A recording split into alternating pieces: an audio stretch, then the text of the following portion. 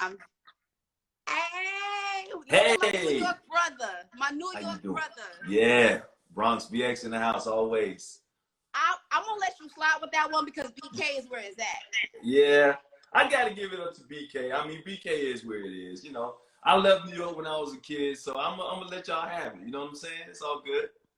You ain't let us have it. We just took it from you. Well, that's what BK people do. Y'all gonna take some stuff, if you know what I We mean. do. Yeah, we do. I mean, I'll give y'all the credit. While we in the same state, we could talk our mess, but to the world, we together. Always. It's always one New York City, united. That's what I'm saying. So, like, we got 5 boroughs, but it's one city strong. Stay that. I love how Yeah. your accent just came out. It came out strong. Strong. Yes. I mean, and what's crazy about that is, like, depending on where I am, sometimes who I'm talking to, if I'm upset, a lot of times my New York accent comes out. If I'm really happy and I'm just carefree, go lucky, my country accent comes out when I move to Alabama. So it kind of goes back and forth. It stems, like I said, depending on who I'm talking to. Well, when we talking to them, we'll make sure We it comes talking. out. Yeah, I like it though. I love it. So, just in case you guys don't know who this living legend is, he is a 2-time Emmy Award-winning sports journalist, host of Fox Soul, Fox Sports, and Netflix Hyperdrive. He is the author of The Future. I'm calling it in existence. You will be a New York Times bestseller. I'm calling thank you. it. That's what I'm saying. So, Blessings. thank you. So, author of the future New York Times bestseller, Open Mic, a memoir. We're going to talk about his book and the importance of breaking down the stigma of mental health. Let's give it up to my New York brother, Mike Hill. Thank you. I appreciate that. You're far too kind.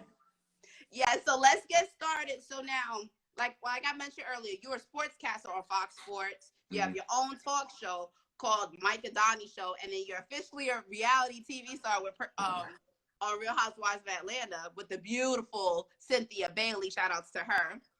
And now you're adding author to your title with your new memoir, Open Mic. And pre-orders have started. So if y'all need to support him, okay? Thank you. How do you have time to juggle it all? You find time. You just have to find time. If you want it, you got to make time. You got to have time management. I put everything that I want to do in my life on a board. I write it down and then I prioritize. I actually just had this conversation with my oldest daughter like 2 days ago because she's like, I'm so overwhelmed. I got so many things I want to do. I'm like, okay, well, you can have all these things you want to do.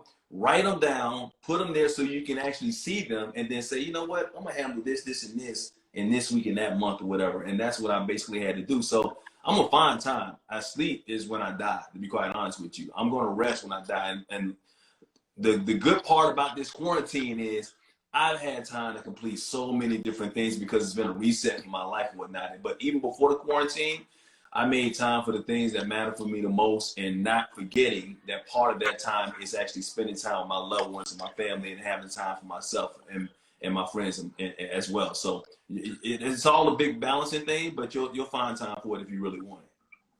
And that's one thing this pandemic, I think it caused a lot of people to sit back and relax because some of us was either going nowhere fast or going too fast without smelling the roses. So it's just like, okay, I could breathe now.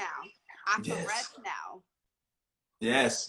And that's what you got to do. Like I said, it was a reset. I think God has a funny way of slowing us down when we don't want to slow down ourselves. And God said, okay, you know what? Y'all move a little too fast. You're killing the environment. You know, everything is out of whack, out of order, whatever. I'm going to make y'all think for a minute. So let me just sit you down here for a quick second. Let you think about your life and how you need to get your life in order and your family's life in order as well. Let me get you to spend more quality time together and whatnot. So when this all came about, I didn't necessarily look at this as a pandemic or something that was like a burden to me. I looked at it as a blessing. Sure, I'm in a house with 5 women and we but thank God I got a big enough house that we all got space and whatnot. But we still get on each other's nerves. But at the same time, it's like I have gotten to know my fiance so much better. I've gotten to know my kids so much better. So I look at that as a blessing. So every time I look at certain things, and I tell kids this all the time, especially when it comes to mental health and getting your mind right, don't think of everything that happens in your life, especially no's or things that are meant to discourage you as something that's a burden, because some of your biggest burdens turn out to be some of your biggest blessings. And that's the way you got to look at it. You might not see it now, but eventually God's going to show you in a couple of years that This is the reason why I said no. This is the reason why I set you still. This is the reason why I put you guys together, whatnot, when you didn't like each other, because I had something bigger planned for you. So you talked about how you gotten to know your wife better, your kids better. How have you gotten to know Mike better? Ooh, that's a really good question. I have gotten to, you know what I've learned is that I don't need to go out. I really don't. I have not. I used to be the most social person, most made baby in LA. If there was something that was going on that my friends were doing or whatnot, or after work, if I was going out. When Cynthia and I first got together, she was like, "You're always going out. You always never say no to people, whatnot." And I was burning, like they say, the candle on both ends of the candle, whether the wick on both ends of the candle, and it was wearing me out, and it was wearing me down. And I wasn't finding time for some of the things that I was doing or whatever, whatnot. So I was losing my focus. So this pandemic has made me say, you know what? Looking around, and I just said it to myself yesterday, I have not been outside. I have not been outside in the last 2 weeks except one time to go to Costco. I've gone outside to work out and stuff like that in the neighborhood, but I've not gotten in my car one time in the last 2 weeks except to go to Costco, and that was for an hour and a half. And I have not missed anything. I actually like being at home. Now, if you ask Cynthia, my fiance, it's the opposite. Now, it's made her appreciate the fact that she needs to be a little bit more social, because Cynthia's always been a homebody, staying at home and not wanting to get out and do things. Now, man, Cynthia get an opportunity to go, she gone. Now, maybe I'm getting on her damn nerves. That's part of it. But at the same time, she's ready to go. So I think it kind of makes you appreciate some of the things that you didn't appreciate before. And that's the way I look at it. And then I saw in the article, like, I think this is the right time, because you talked about you had to do an autopsy. I think this is a good time to do an autopsy on yourself. Mm-hmm. And I think that will help clear a lot of the mental health that somebody like yourself, you started in what, 2014 with your book? Yeah, I started writing the book in 2014, but I didn't actually, I picked up the pen for the first time in 2014, but it wasn't in me. It wasn't like, I didn't feel it. You know what I mean? I wrote it. I was starting to write in 2014 because people told me I needed to tell my story. But I didn't feel like I needed to tell my story at the time. Because I didn't feel like, who's going to buy my book? I'm not a celebrity. I'm nobody special, whatever. And yeah, I had a lot of things that went on in my life with domestic violence, my marriages, my career, which is crazy. The fact that my dad was a hitman. I spent the last 9 years of his life in jail for murder for hire, my best friend getting killed, and all that type of stuff. The choices that I made that could have led me in prison or in the graveyard as well. So all those things I put out there, and I'm like, you know what? What makes me special? So I didn't feel it. But in 2017, something on the inside of me said, you got to write this book. And if you don't write this book, you're going to die. That's the God. I say that all the time. And when I say it now, I get emotional because I really felt that way. Because on the outside, I was living this facade. I had this image that I had a great job and life was good. And I was living a good life out here in LA. And I was having a good time and I was happy. And I was trying to make everybody else happy. But on the inside, man, I had some stuff that was on the inside that I didn't even know about that was literally killing me. And I mean killing me, because it was almost like a cancer. And then so I started writing a little bit.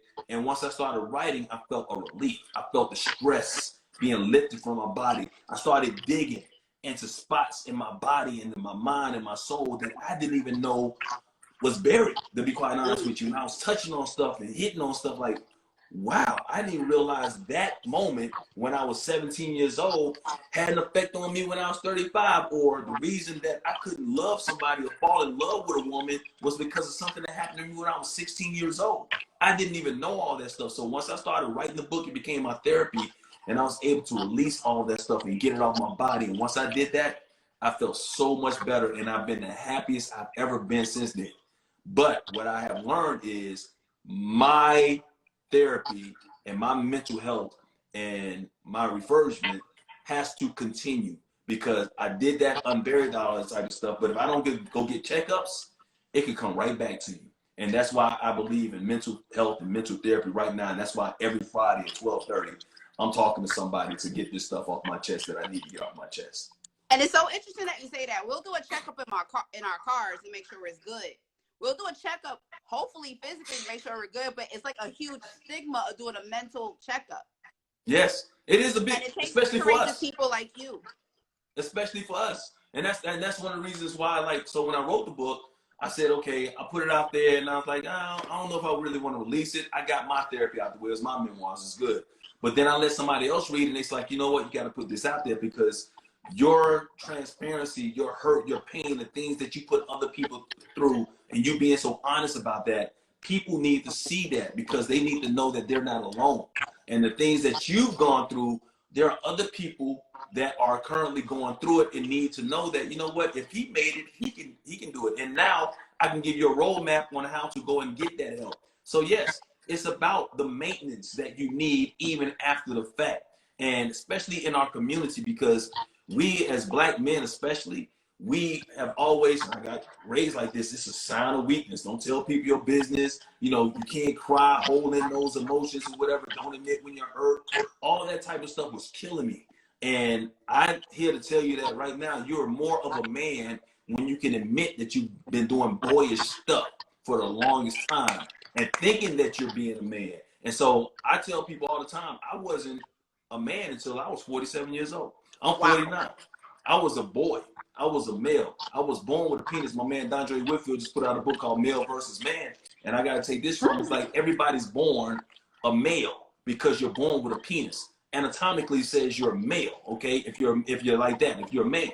But you don't grow into a man until you put away childish things. 1 Corinthians 13:11 says, when I was a child, I thought as a child, spoke as a child, understood as a child. But when I became a man, I put away childish things. Until you put away those childish things, you cannot step into your full potential of manhood. And until I wrote that book and got all that stuff off my chest and realized that the things that I was taught about what it takes to be a man was wrong, and put all that aside and admit my faults and guilt and say I'm sorry to the people I hurt along the way, I wasn't able to grow into my full manhood. And now I'm still stepping into my manhood. I feel like I've left the boy behind and I'm stepping into my manhood, but I still have not reached my full potential. If y'all felt what he just said, throw up them hearts and throw up the hands up, because he just said a word right now. Thank you. I mean, it's key. Go ahead. No, I was going to say, I'm noticing that a lot more Black celebrities, because we talked about that before. I know a lot more Black celebrities are creating books, as far as like Charlamagne the God, and a lot of women, Black women celebrities too. But you're like one of the first Black sportscasters or journalists to write a book. And you know, in journalism land, we're supposed to be biased. You're not, be careful what you say around the mic. So I like how you have this spin called open mic, because that's like that ceiling as journalists. You're not supposed to bear the truth. Right. And that's the reason I call it open mic. Because like you said, I'm a journalist, I'm a broadcaster, and I've been told don't speak over an open mic because you're not supposed, things you say behind the scenes are supposed to be left behind the scenes. And we know as journalists and whatnot, we can do an interview with somebody for 10 minutes, and then as soon as that mic goes off, you're saying what you really feel. You're saying what you really feel behind closed doors or whatever. We know as journalists or whatever, we can be all in the center and whatnot, not have an opinion and whatnot, button up and whatnot. But when that mic gets cut off and you know that your mic is cut off, most of the people I work with, they don't really say what's on their mind. So this is why I say, you know what? My name is Mike, open mic. I'm going to reveal everything. And that's why the cover is the way it is. Not just the name of the book, but the cover, because there's symbolism that's involved in the cover. Because obviously I wanted to tell the naked truth. So that's why you see me on there. I ain't trying to show off nothing. I ain't even that fine. But I'm saying it's like I wanted to show the naked truth and show that I'm being transparent. I no longer have anything to hide. And the reason that it's in black and white is because you see me stepping out of my darkness into my light, out of the shadows, out of all the trauma, the hurt, the pain that I left behind into the light. And as you see, I'm stepping out, my head is bowed because I'm embarrassed. I'm ashamed of some of the things I've done in the past, whatnot. So I'm not trying to glorify anything that's left. So I have to make amends for that. And then the rope that's around me, my microphone rope, those have been my chains that's been holding me down for so many years. So I'm unleashing it. But like you said, as a journalist, sometimes you got to be careful. And I've been told by some people not to put this out there because it could affect my career. But after praying about it and listening to God, God put this on my heart, and I've always followed the footsteps that He put in place for me, not anybody else, because I can't live for anybody else except God. So He has given me the direction and given me the heart to say, you know what, put this out there, and if your naked truth or your testimony, which can be very, very offensive, and people judge you a certain way, if that is out there to help other people, then you're doing what you're supposed to do. Maybe that's my purpose in life. So I have no regrets. And it takes courageous people like yourself, because oftentimes you'll hear about mental health after the fact. You know, I really started paying attention to mental health when I knew somebody close to me committed suicide. Robin Williams committed suicide. It was like 2014 was like the year of celebrity suicide. And it's like, or not even just suicide. They start doing drugs. They start doing this. They start doing that. So for you to be like, you know what? I don't want to go that route. And I want to take a more therapeutic route. Not only that, it'll help myself, it'll help others. I call that courageous. Well, thank you very much. I appreciate you saying that. The thing is like, you know, we have those traumas, those things on the inside. Like I said, we live that facade and we put out that happy face. Like comedians are really dark people sometimes, and they make you, because that's their way of their therapy of saying it in a comedic way or a humorous way to get some of that stuff off their chest. But sometimes they have to still go back home and they're still living that life. So being courageous is one thing, but speaking your truth and being on that platform is what I'm supposed to do, because a lot of people hide that. But as far as therapy is concerned, sometimes people run to certain things. Like you said, a lot of people run to drugs and alcohol and whatever to mask all that pain that they've been suffering on the inside. What I did was I ran to women. I ain't gonna lie about that. I'm not gonna say I had a sex addiction or anything like this. I've never been diagnosed with any of that type of stuff. All I know is that I love the company of women. And even when I was in relationships, I loved the company of women and whatnot. And it was wrong because I'm not gonna blame anybody else, but when I was raised, I was kind of taught, you'll see it in the book, you'll see the things that somebody told me about, hey, allow a woman, if she wants it, you're supposed to give it to her no matter what. These are lessons that you're hearing that has an effect on a young mind, and unless somebody comes along to teach you the right way or teach you that, hey, what you've been taught is wrong, this is what you need to be doing, this is the right way. No, and even though people, you kind of know in the back of your mind, like, oh, you're hurting somebody, it became too much of a game for me, and I got too caught up in all that type of stuff. So that was my escape. And for the longest period of time, when I felt insecure or I felt like I was inadequate about something, a woman's company or a woman telling me how great I was always something that soothed me over, because I was hurting. I was hurting on the inside. I was dying on the inside, and this has been happening for years. And I needed somebody, and it always had to be in the form of a woman, to tell me how great I was, that you was a king and all that type of stuff. And that became the elixir that I needed, and maybe even the excuse that I needed to make myself feel better, until I realized, you know what? You don't need somebody to help you, but you got to be willing to help yourself. And if you ain't willing to help yourself, no matter who comes out there and says this, and that about you, it's not going to happen. So until I help myself and realize that that's the wrong way to be helped, I wasn't going to stop. So my question for you is, you realize it. I mean, it took you a while for you to realize you need to do an autopsy of your life. How early should you suggest somebody go to counseling, especially Black men? I mean, it depends on how much you've gone through. Like if you're a kid and you've gone through some things, you've been through some kind of abuse, somebody touched you or whatnot and all that type of stuff. Even if you've been in, like, kids these days, they go to school and schools get shot up. And sometimes they don't go get the help. That's a trauma. That's PTSD. And a lot of times, like, they may look good and like, hey, Tommy, you feeling good? I know school got shot. How do you feel about it? I'm good. I'm fine. No, because they want to put on that strong face. We are grown. We are brought up to be so macho, especially as men, and not show any kind of emotions or any kind of pain or hurt or whatnot. And you're taught at an early age to do that, and it's wrong. And I'm here to tell you it's wrong. So I can't really give an age on it, but I do know, especially as Black men, we go through life, period, as an adult, and there's trauma and there's stress and there's anxiety just walking down the street. You go jogging, you can get killed by people. Think about that. All right, that's stress, that's anxiety. You wearing these masks right now, walking into a store right now.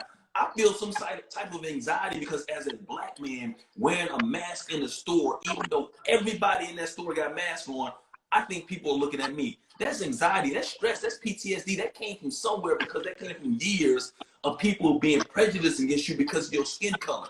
Me walking around, sometimes I remember people always tell me, why don't you smile a little bit more? You always look angry. Hate that. What?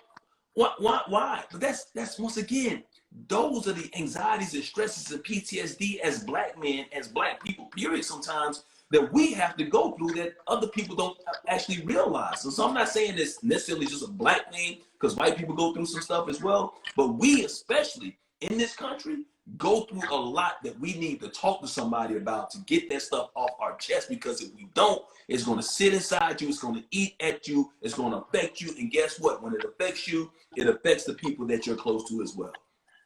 I have a question for you, because you said you admitted that a lot of times that you seeked women when you knew you wasn't fully together. So let's just say to your daughter, what advice you would give to anybody, your daughter too, if they come across somebody, what are the tales they can tell if somebody's not together or they haven't healed from their trauma? Oh, that's a good question, because my daughter actually just went through something like that. And it's like, if they're continuously talking about somebody else and talking about the past and you're not even bringing it up or whatnot, people always say, no, I'm good, I'm healed, no, I'm not thinking about that. And I hear that sometimes from my daughter as well. When she gets out of a relationship and then all of a sudden, like, I'm done with him, I don't want to talk about him no more. And okay, I don't talk about him, and then a week later she bringing his name up. You ain't healed. It's still something that's there. You know what I mean? Because when you heal, it's like you moved on.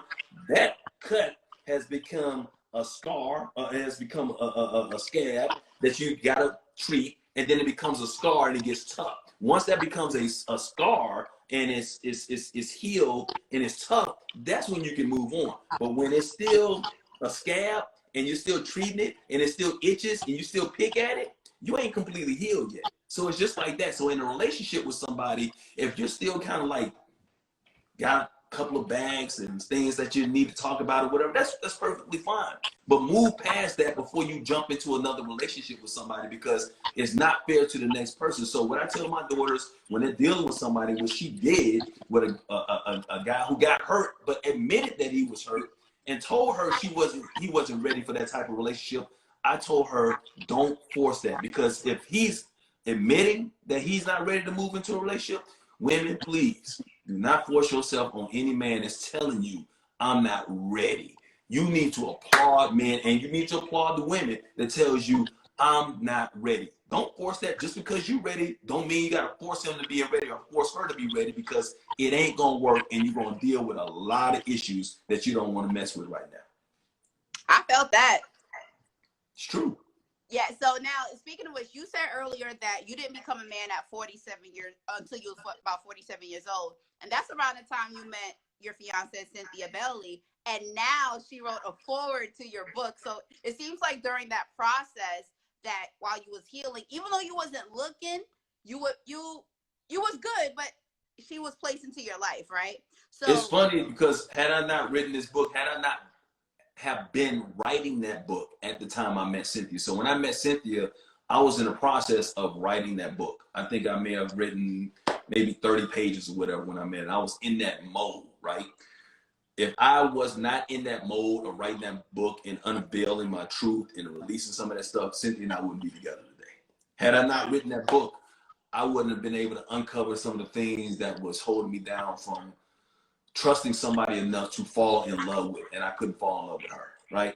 So I loved people before, so I don't want people to forget that wrong. I've been married before and I have mothers and my children, so I love them. I still love them to this day, but I could never fall in love with somebody because I didn't love myself, because I didn't trust anybody. And you'll see a passage in there.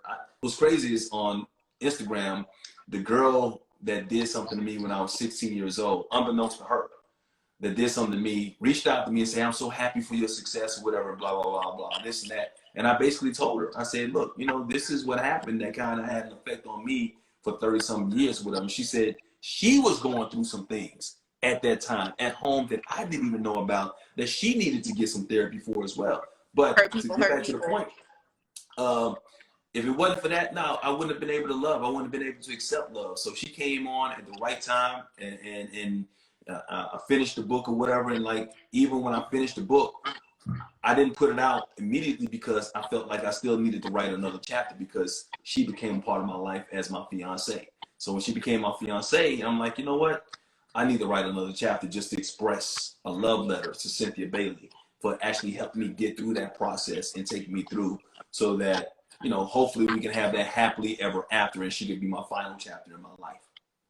I hear that. And I think what was a good part, and I think hopefully people paid attention. You had a still moment. You didn't just jump to jump to jump to jump. You took that time to get yourself together. Yes, Cynthia came along, but she wasn't there while you was repairing yourself when you became that man. So I think for anybody, men or women, they chilled before you guys chilled. You know what I'm saying? Yeah, chill.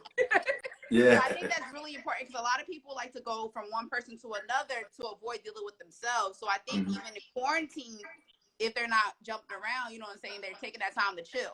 Right. And it's very important. And that's a good point because, you know, we got people who are monogamous in relationships all the time. Like my boy used to say, you're a serial monogamist. That's what it is. He said you're a serial dater or whatnot. And that as soon as you get out of a relationship, you got to jump into a relationship with somebody else. I've only been in like 5 committed relationships in my life. True relationships where I said, that's my girlfriend, that's my wife or whatnot. In my life, in my 50 years, whatever, Cynthia is one of them, whatnot. I've dated a lot of women. I've been involved or made them feel like, hey, this is more than what it is, but not really. Or they felt that way and whatnot. But one of the things I did, especially early on in my marriage, is I got married when I was 18 years old. Went to the military, got married 18 years old. Too young, didn't know what I was doing or whatever. Felt like at the time I was in love, but obviously I wasn't because I didn't know how to fall in love, whatnot, but I loved her. And I stayed in the marriage because I felt like, you know, I didn't want to fail. And I didn't want people to tell me, hey, we told you so. We told you was too young or whatever. So we stayed much longer. But thank God because we got a beautiful child out of that relationship. So that's God's will. But then as soon as I got a divorce from her, a year later, I'm basically getting married again. That's way too soon. I wasn't allowed to heal. I did not heal myself and press. So once I got divorced the second time, I was like, I'm never getting married again. And that was my whole shtick. I'm not doing it, just can't handle it, just won't do it. It's not for me or whatever. But over a period of time, I realized, man, you're not only healing yourself, you're becoming whole. And I did not really start that healing process and become whole until I started writing that book. So she came along at that right time. So I had gone like 6, almost 7 years after my divorce. And then when I started writing the book, it opened up my mind again to say, you know what? I can accept love because I know how to fall in love because I know how to love myself now. So I can allow somebody in to love me properly and I can love them properly, wholeheartedly, and it could be a monogamous relationship. But before then, I couldn't. So that's why I say for 47 years, I was a boy thinking he was a man when I was really a boy. You know, I was just a boy thinking I was a man when I thought I was a man the entire time, but I wasn't. And a big thing, I think, hopefully anybody that's listening right now is you got to learn how to forgive yourself. Yeah. Yeah, you got to. Forgive yourself because then you feel worthy of love. And then because we're so hard on ourselves, just from stuff growing up. So like what you said, like in order to love yourself, you had to forgive yourself. And you admitted that you apologize to people, which is a big thing. People don't apologize. I went on an apology tour. I basically, when I started writing this stuff, I was crying. I'm going to be honest with you, man. So writing this book was very emotional for me. Once again, I said, if I wouldn't have written the book, I would have died. But I didn't know how much I needed to write this book until I started actually writing it. And when I started writing it, I realized when I was undigging and pulling out all this pain and all this hurt and all this sadness that I had buried for so many years. Once I uncovered that, I could just get emotional just thinking about it, just like talking about it, writing it or whatever. And like, oh man, I'm like, I did this to her and I did this to him. And oh, I'm sorry. And I would just get on the phone like, hey, you know, I got to tell. And like, same thing. There are certain people that I still need to apologize to. And I've sent texts. I'm like, you know what? I gotta apologize to you because I didn't realize I was a different person at the time and whatnot. And most of them, everybody's been like basically saying, yeah, we understand. Hey, this is what we're going through. We love you. We care about you, blah, blah, blah, and all that type of stuff. But like you said, it had to start with me. And I had to forgive myself first. So when I wrote it, I asked God, please forgive me. And if God forgives me, how can I not forgive myself? He died for my sins, right? So now I'm free. I'm free. So he died for he said that he made the ultimate sacrifice. So if I confess with my mouth and basically admit my sins and my wrong, and I ask to be whole and cleansed again, then I'm cleansed. I'm free. So I know I'm good with God. I'm good with myself. Now, I just want to make sure that everybody else knows that I am sincerely apologetic to some of the things that I've done to hurt people along the way. Because yes, I hurt myself and I look back, but the collateral damage, you know, hurting my ex-wives hurt my kids. It hurt, you know, people who invested in our marriages or whatever, saw that, man, and or looked up to us and whatnot. But it continues now. And that's one thing I learned. It's like, even though you get that therapy, even though you get that out of the way, you understand the things that caused you that pain, and you admitted that, and you said, okay, like, I'm cleansing myself. Go back to the whole maintenance part of things. Man, you have got to get those checkups. If you don't get those checkups, they will continue, because honestly, I still got some issues that I need to get rid of. Now, luckily, I got a great fiance that's not affecting her or whatever, but personally, from a standpoint and professionally and whatnot, I still got a lot of demons I got to get past. And with the grace of God and the angel that he placed on this earth for me to actually speak to, I'm getting through it. And speaking of which, because you're actually doing that right now by having a book to help others. And then part 2 of that is that you're going to have an open mic series that's going to be launching on June 3rd. And you're going to have other celebrity guests where you'll be discussing like real issues from the heart, especially for men. Talk more about it. That's basically it. It's like open mic sessions that I'm going to have. It's going to be leading up to the book, and hopefully it's something that I can continue, because I think it's important for men to actually talk about these issues that really affect us. I mean, have an open conversation, a sincere conversation that is very transparent, and just allow people to see who we really are, breaking down those barriers and all that toxic masculinity that we've been taught our entire lives. And if we need to cry, we need to cry. Like, one of the best things I saw this past week was Flex Alexander on with Chris Spencer and his wife or whatever, and talking about how he couldn't afford to buy his wife a birthday present or anniversary present 10 years ago, and Chris was there for him, and him crying about that type of stuff. Those are the type of stories and the type of things we need to bring more so to the forefront, to allow our fellow man to see that, you know what, it's okay to be emotional. It doesn't mean like, because we throw out these terms like you're weak, or, oh, look at him being emotional. Ain't nothing wrong with being emotional. If you feel that emotion, let that out, because if you keep that in, then that becomes the PTSD or the trauma I was talking about that you need to release. So you're working in reverse. You know what I'm saying? So as it comes along and you feel like you need to cry, you need to let it go. Let it go. Certain parts, you don't want to show certain weaknesses to certain people, don't get me wrong, but at the same time, when you feel like you need to let that out and get it off your chest and tell people how you truly feel. So the open mic session is going to be these type of conversations that we're having right now, where I'm talking to men just like me or whatnot, and we're just going to be vulnerable and let it go, talking about manhood, talking about being raised, how you were raised, talking about being a great parent, being a good fiance, talking about the transgressions that you made in your past, and how, you know, people say once a cheater, always a cheater, and how you overcome that label to become the man that your woman needs to see. Regardless of how society looks at you and says you're a cheater, it matters how your woman that you're with, your queen, looks at you. That's the most important thing. So we're going to get into all that and more. It's going to be, like you said, starting on June 3rd. Where is it going to be? Where can people catch the series? We're going to do it on the Zoom platform in the beginning, but then we're going to transfer it to YouTube. We're going to have a YouTube page and also on my IG page as well. So we'll definitely make sure you know all about it. So before we go, because I know you got a lot of things to do, besides purchasing your book and reading your book, right? Yeah. What advice do you have for people during quarantine time? Besides reading your book. Take advantage of it. You know what I mean? Take it. I mean, there is no excuse. I said at the beginning of this quarantine, when they said you're going to be locked down for a long period of time, I was like, you have no more excuses. I mean, that's what I told myself. You have no more excuses to not take care of the things that you need to take care of. If I sat around here and I can watch all of Netflix, all of Amazon Prime, I can read certain books or whatever, I can just eat everything I wanted to and wasting my time and wasting my life. And time and life is precious. So right now, I'm focused. Once again, not just from a professional standpoint, I can show you my board of all the different things and projects. I got about 15 things up there that I need to take care of, that I've been working on every single day to make sure that I'm the best me I can be after this quarantine is over. But also, take advantage of the opportunity that you have spending time with the loved ones that are in your life and getting to know them better. Because you think you know somebody until you actually are forced in this situation where you actually have to get to know them better. And I always tell Cynthia this all the time. Like when we, you know, we're not perfect, but we're perfect for each other. We argue, and I'm like, look, get to know me. Know me.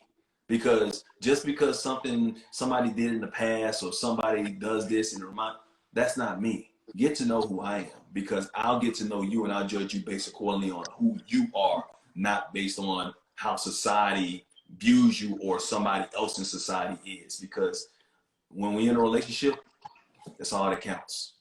And adaptability. And adaptability is key, because like I said, you're in TV and you had to adjust doing things from home. So, and a lot of people had to change their whole lives. Amen. Amen. This is my office has become my studio now. So like I'll be doing Fox Soul from this right here in about 6 hours on the Mike and Donnie show. And yeah, but it's been good. And it's something that, you know, we can take advantage of. And now you realize there are certain things, learn from it too, man. I'm like, man, there's certain things that's happening in this quarantine that, oh, that ain't so bad. I can continue to do it. How can I monetize that? How can I make that better for everybody else? How can I make this better so that we can continue this even after the quarantine is over? You don't think that people are still going to, after quarantine is over, people still going to be doing these sessions on IG Live? We weren't doing it like this before. We were just kind of, we didn't think about this type of technology before, but now it's become a part of our life and become part of our norm. So now how do you make it better? So those are the types of things that I like to do. It's like, okay, I see an idea. How do we make it better? And how do I make it my passion project? So, you know, if money comes out of it, money comes out of it. But man, I just want to be great. I want to be phenomenal. I'm like, life is too short for me to be ordinary. I want to be extraordinary. So when people say you're extra, I love it, because I want to be extraordinary. You need extra to be extraordinary. Somebody can tell you that you're good. That's okay. When people tell me good job or nice job, sometimes I get offended because I want to be great. I want a great job.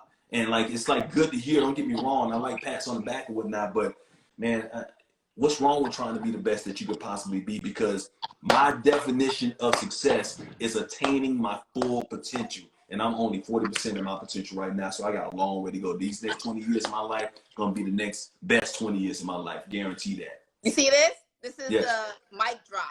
Bow. Yes. that's not good. That's bow. That's excellent right there. So that's my excellent. I appreciate you. Oh, yeah. Where can people buy your book and check out your series one more time?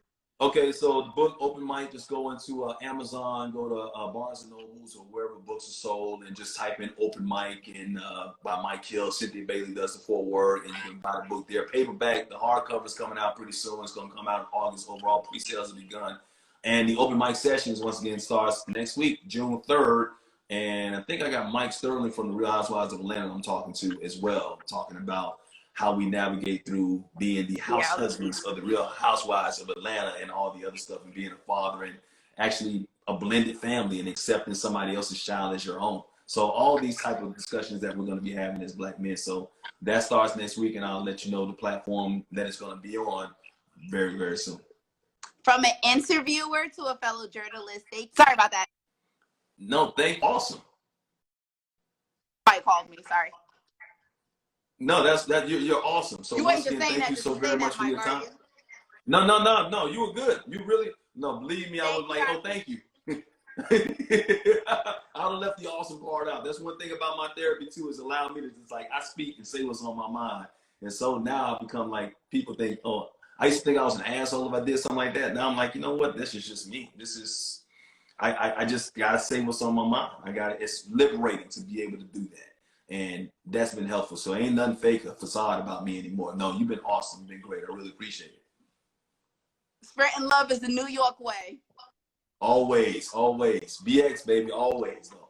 New York City, Brooklyn. All day, but I'll let you have that. I got you. Compliment, so BX all day. Yes, man. Go ahead. What part of Brooklyn are you from, though? Canarsie. Okay. All right. Okay. All right. Ain't bad. I'm from the South Bronx. Right across from Yankee. South Bronx. South Bronx. But once again, I'm always going to rep for both Bronx and Alabama. So I'm gonna get playing in every one of them, man, where I'm from. So thank God for my life, period. And I appreciate your time and appreciate your pleasantness and just, you know, help me to spread the word about mental health. I appreciate it. Remember, get his book, Open Mic. It might look Magic Mike-ish, but it's an open mic session. There's symbolism behind it. There's meaning behind it. So I appreciate that. Thank you so much. All right. Take care. All right. You too. It's been All fun. right. All right.